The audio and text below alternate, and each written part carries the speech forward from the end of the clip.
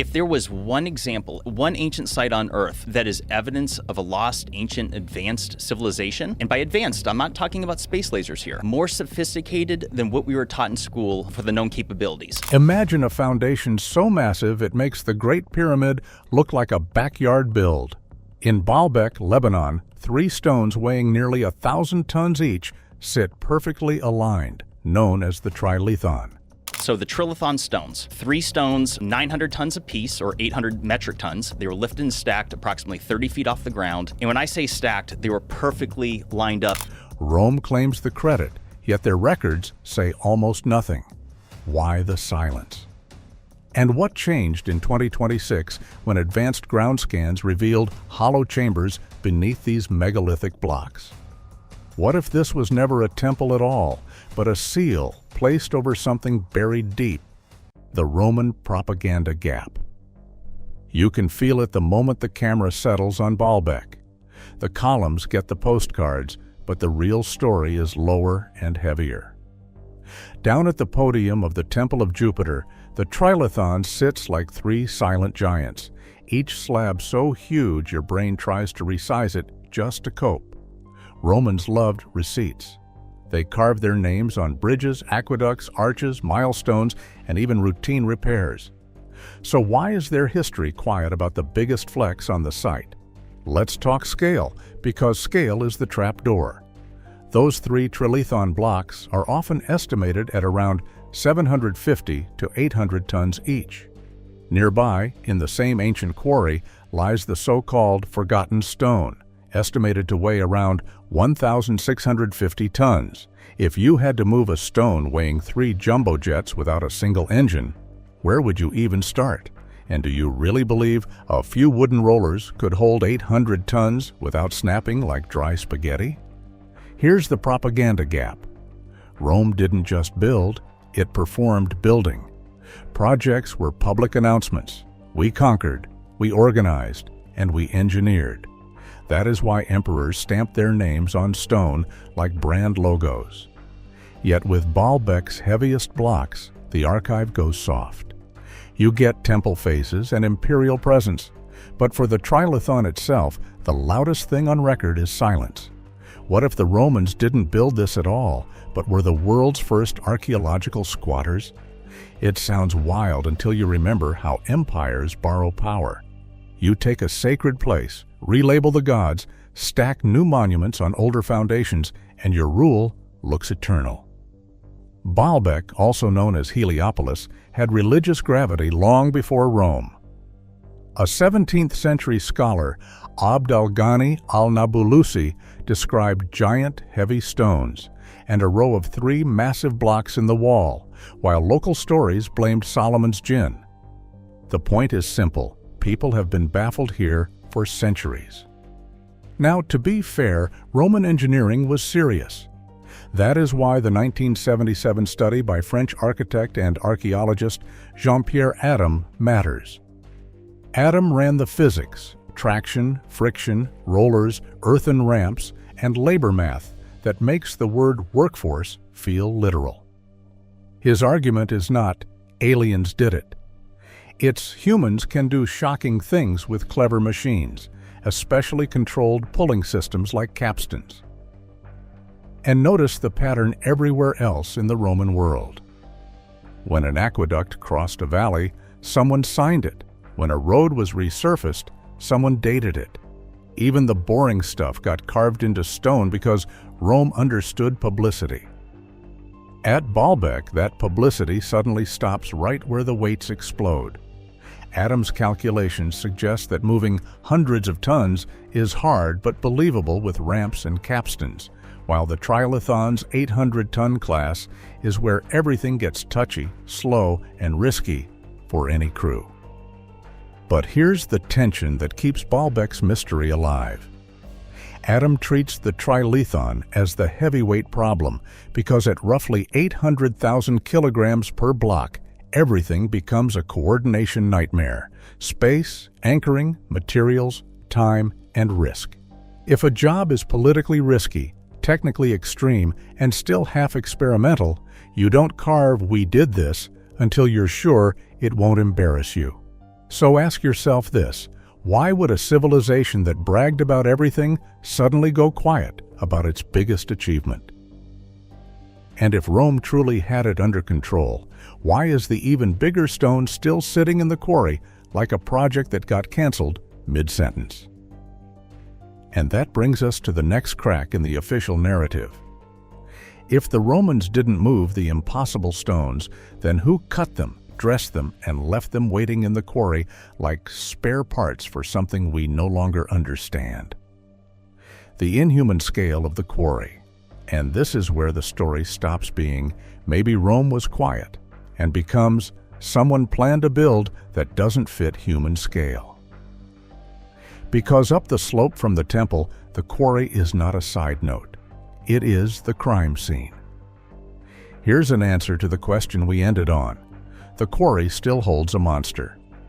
In 2014, archaeologists working in Baalbek's ancient quarry uncovered a massive block buried in the ground, often estimated to be around 1,650 tons, and it sits there like a canceled sentence you can still read. This is the Forgotten Stone, and it proves the original blueprint went way beyond whatever made it to the podium. Can you imagine it? Not the romantic ruins. The messy industrial reality, limestone dust in your throat, chisel marks, wedge cuts, teams shouting distances, and in the middle of it, a block that is longer than a bus and heavier than most things you've ever seen that still move. This is not they built big, this is they built like gravity was negotiable. So how would anyone move it? People love to say rollers and ramps because that sounds ancient and believable, but here's the problem. With weights in this range, friction becomes the villain. Even if you laid logs, even if you greased them, you would still have thousands of tons pressing downward.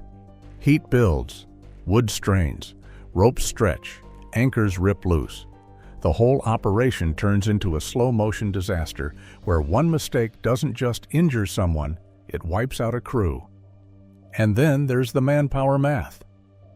Some rough estimates you'll hear thrown around are so huge they sound like fantasy, like tens of thousands of men pulling at once. But look at the quarry itself. The route out is not a stadium, it's a corridor.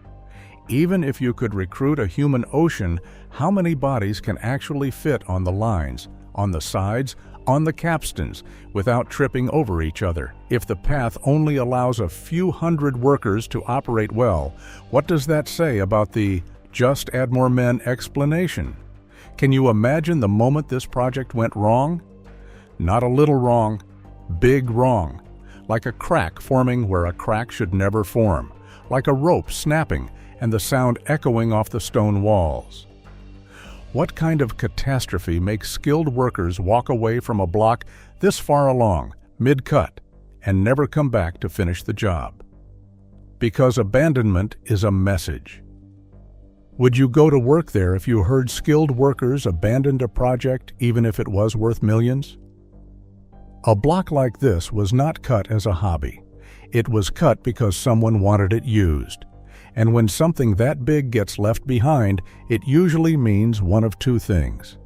Either the builders realized it would break during transport, or the plan changed overnight, fast, and for a reason they didn't want to carve into any official record.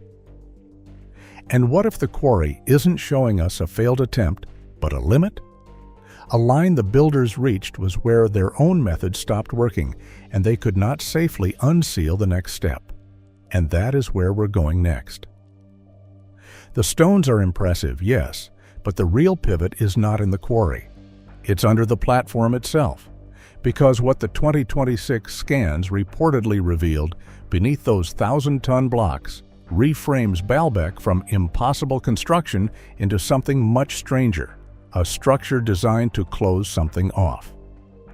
The 2026 revelation. So here's the twist. The real secret was never how did they move the stones. The secret is why you would bother moving them at all and what they were positioned to hide. Because in the 2026 re-examination that's been making the rounds online, the claim is that newer mapping methods, the kind of LiDAR-style scanning and AI-assisted modeling people now use to see subtle shapes and anomalies, pointed to something under the Trilithon that changes the entire vibe. Not cracks, not settling, subsurface voids, and not random pockets either. The argument is that these are geometric chambers beneath the megalithic platform, shapes with edges that look planned, not accidental. Even stranger, the story says there's no obvious entrance. No stairway, no tunnel, no doorway that someone later filled in. Just hollow spaces sealed under the most overbuilt stone lid on the planet. Now, I want you to sit with that for a second because it's a weird choice. Humans do not usually bury empty rooms under 800-ton blocks unless they're doing one of three things: protecting something, trapping something, or hiding something so completely that even the people after them would hesitate to touch it. Why would you bury a hollow chamber under that much limestone? Is it a tomb, a time capsule, or something they did not want, breathing the same air as the living? Here's where the 10,000 years idea enters the chat, and I'm going to be careful with it. A 2026 paper circulating online, written by an independent researcher, argues that Baalbek's deeper layers and odd orientation could connect to very long timelines, including habitation going back around 10,000 years, and it discusses alignment theories and alternative chronologies. That is not mainstream consensus, but it is part of the current debate content people are sharing. And the spooky claim that hooks viewers is this: the voids line up with pre-precessional markers, like the platform was designed with an older sky map logic, as if the builders were orienting the site by a rule book that predates Rome by thousands of years. Again, treat this as a claim, not a settled fact, because extraordinary statements need extraordinary evidence. And right now, the strongest receipt publicly available is discussion and interpretation, not an official excavation report opening those chambers. But even with that caution, the core question still punches hard. If there really are sealed chambers, who benefits from sealing them with the heaviest stones around? And if the chambers were meant to stay closed, why build them in the first place? Because this is where Baalbek stops being a Roman temple mystery and starts feeling like a layered site where Rome may have inherited something older, bigger, and frankly, unfinished. So let me ask you this: if these chambers really date back before the Roman story even begins, who were the unknown ancients that designed them? And what kind of knowledge makes you build a room with no door, then lock it with a mountain?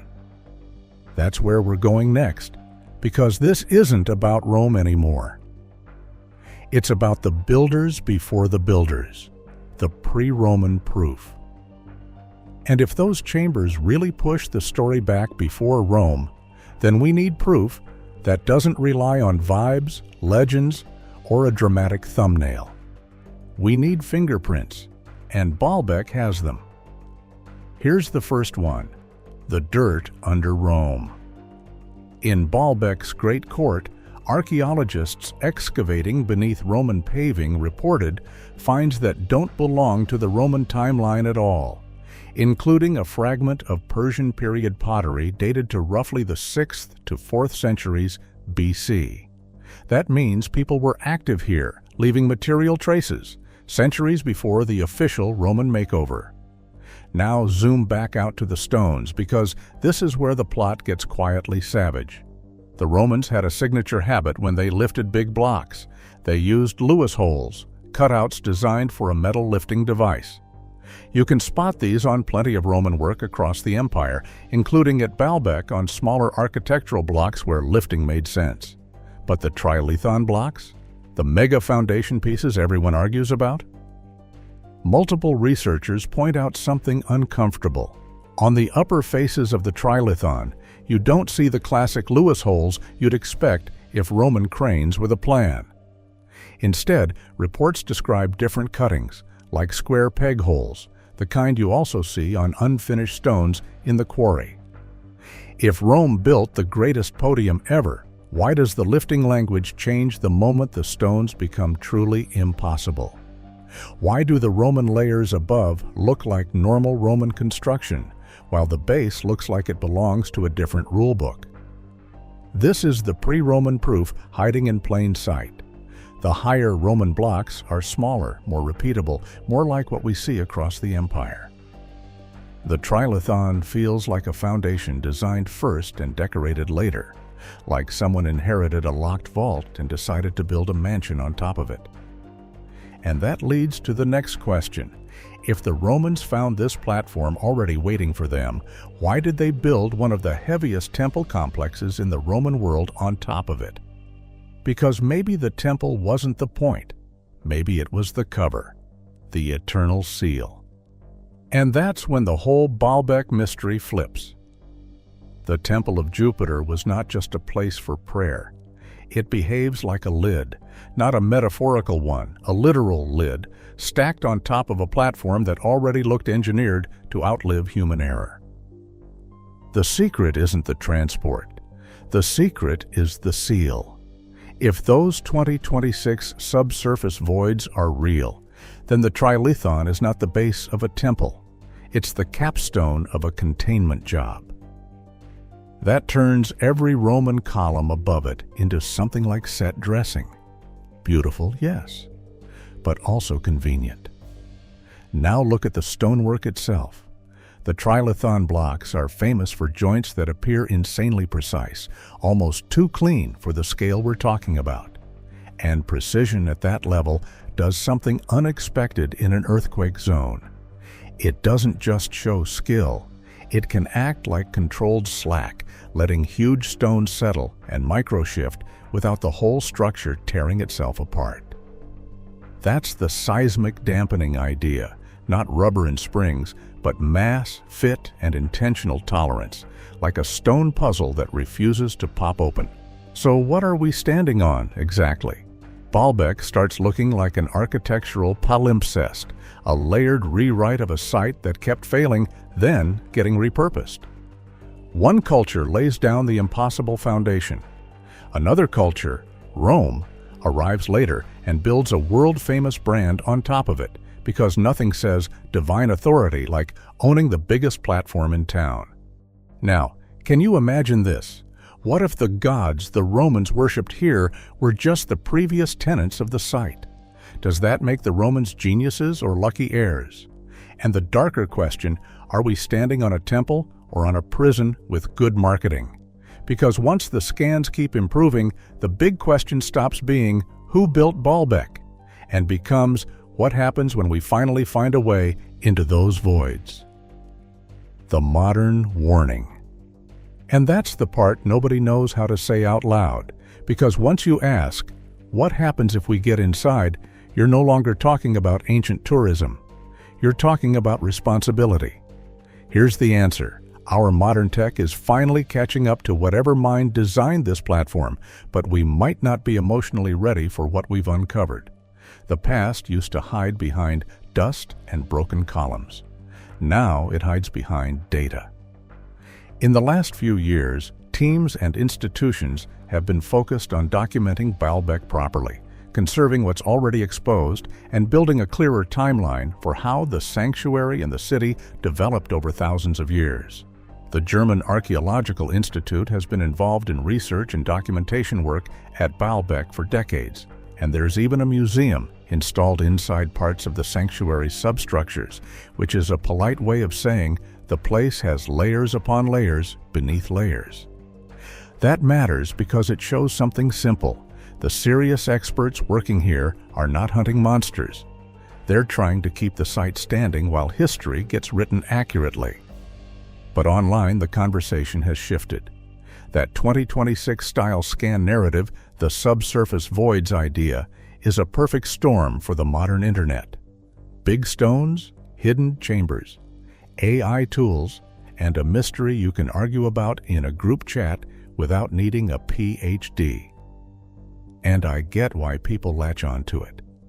Because the moment you imagine sealed geometry under the Trilithon, Baalbek stops being a temple and starts being a message.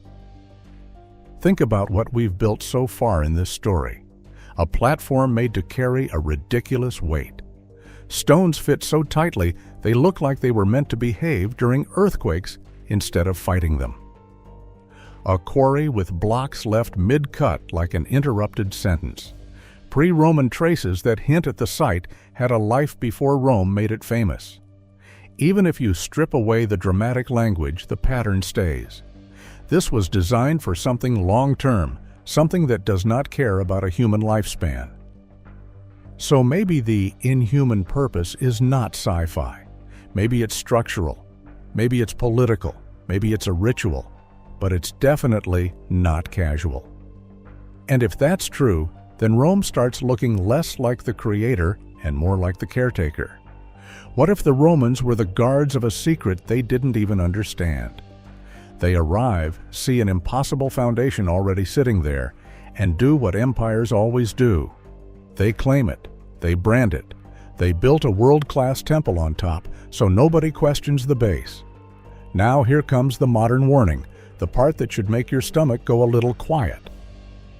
We are the first generation with tools that can see without digging. That sounds safe until it isn't. Because the second you prove a chamber exists, pressure builds.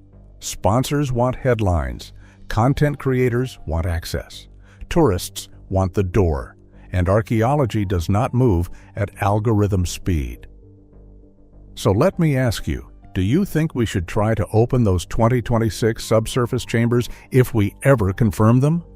Or should we take the biggest hint in the whole story, the hint written in 1,000-ton handwriting, and leave the lid on?